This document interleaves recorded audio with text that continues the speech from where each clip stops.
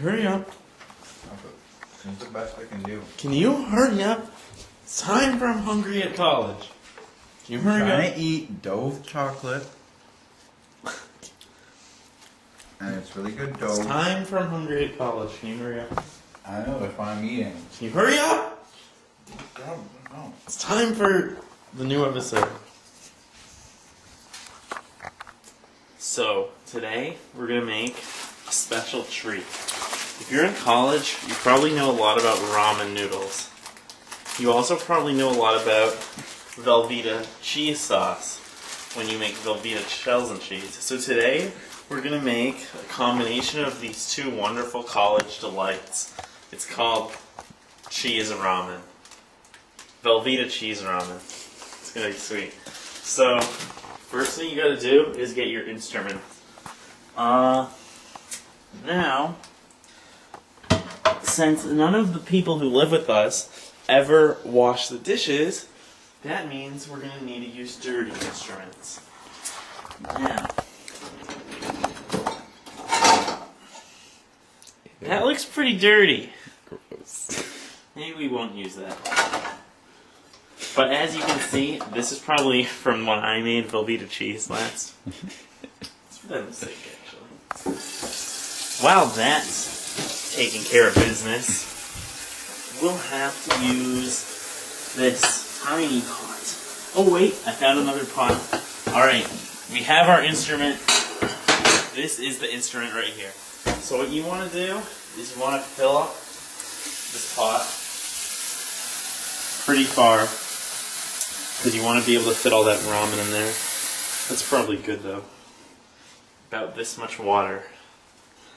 I'd say that's about 8 or 6 cups. Or 5 or 7. Anyway. So you turn it on high, and then you wait for it to boil.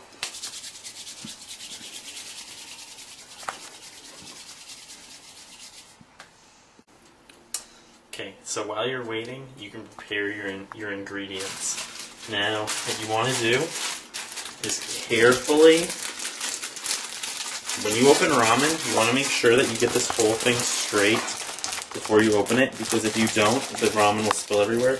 And you want to carefully pull apart the seam, like that, so that you don't spill any ramen. Now, we're not going to use the packets today. We're going to use these in the next episode when we make another treat for you. So separate your packets out until the next episode comes out, and carefully open your ramen so that the noodles are ready to go. Separate your packets out. Then what you can do is you can pull this apart like this. So all you need to do is just grab that and throw it in or dump it in or whatever. Another thing that you don't really have to do yet, but I like to do, is since you're going to open the cheese from one of the sides, you can go like this and push it down so that when you open it, there's not going to be a lot of cheese near the top that comes out and gets on your hands and doesn't get in the noodles. So if you just go like that, you're going to have like a nice area where you can rip it. And yep, that's preparation for after the stuff is done and you're adding the cheese. So now we're about ready to go. Still waiting for the water to boil. Anytime today. It's gonna be real soon. Anytime now. So, now that I have my wooden spoon and the water is boiling, you can see that is boiling right there. It's boiling! Now you take your bricks of ramen and you carefully, don't splash the water. I recommend holding it up a little with the wooden spoon as you put it in so you don't splash people. And you can pour your crumbs in. Now, you want to try to crush the noodles carefully. Just kind of stick the spoon into them until they separate a little bit. And kind of just press them in. They'll break apart more in over time a little bit as they get going. but they don't take very long to cook, probably about 4 minutes. Whereas normal shells take like 8 to 10, or maybe even 11. These take like 4. Now, just keep stirring it every like minute. Come back in like 4 or 5 minutes and you'll be ready for the next step. I know it's done. So, we just turned the heat off on the noodles.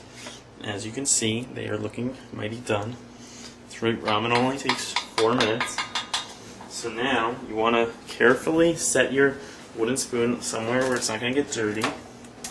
And then, you strain the noodles. So, get your strainer and be careful. There's not too much water in here, a lot of it boiled off. But you just want to get as much out as you can without the noodles falling into the strainer. So, whatever. They're kind of oozy. I just want you to know we've never done this before, so... This is our first time ever doing this. This is the first time we're making this meal.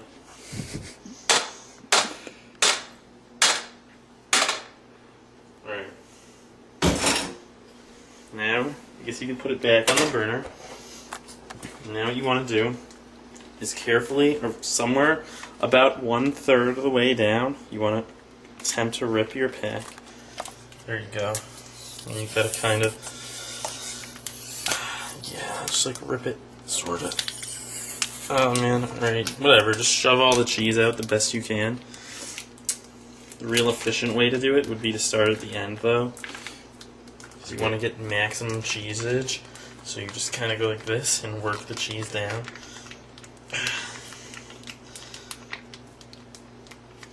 It just kind of comes out like that. It's like Play-Doh. Looks like Play-Doh. Taste like deliciousness. I would have gone with Velvetta. What? I would have gone with Velvetta. Oh, yeah. So, then you always have that little bit you can't really get out, so you can just like eat it. Mmm! That's great. Alright, and you want to take your spoon, which you set aside, and you gotta mix it in. That's right. Now, at first it looks like it's not mixing well, but don't worry.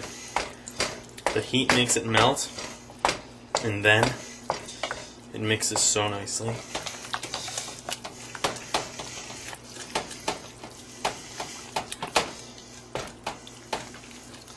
Just gotta keep stirring it until you can't see the clumps, and it all looks cheesy. That looks so good right now.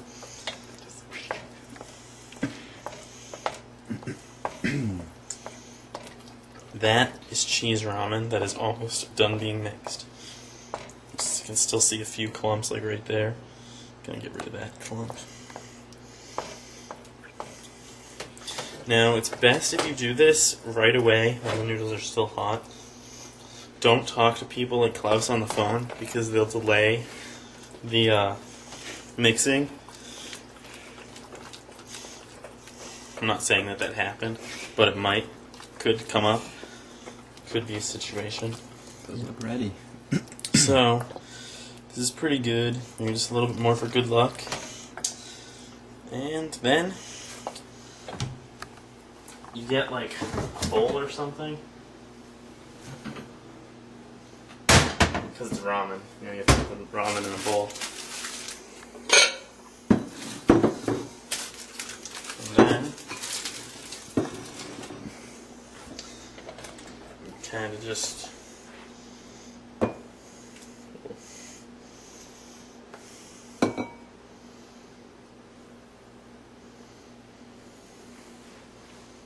I don't know.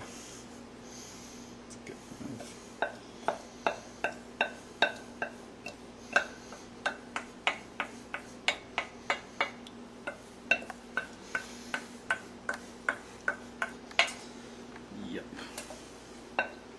Get every little bit that you can out, or whatever. And then you're ready to enjoy. This looks like a meal I want to eat with a spoon, but different people probably eat theirs different ways.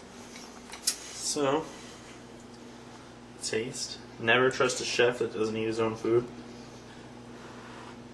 That's what I learned.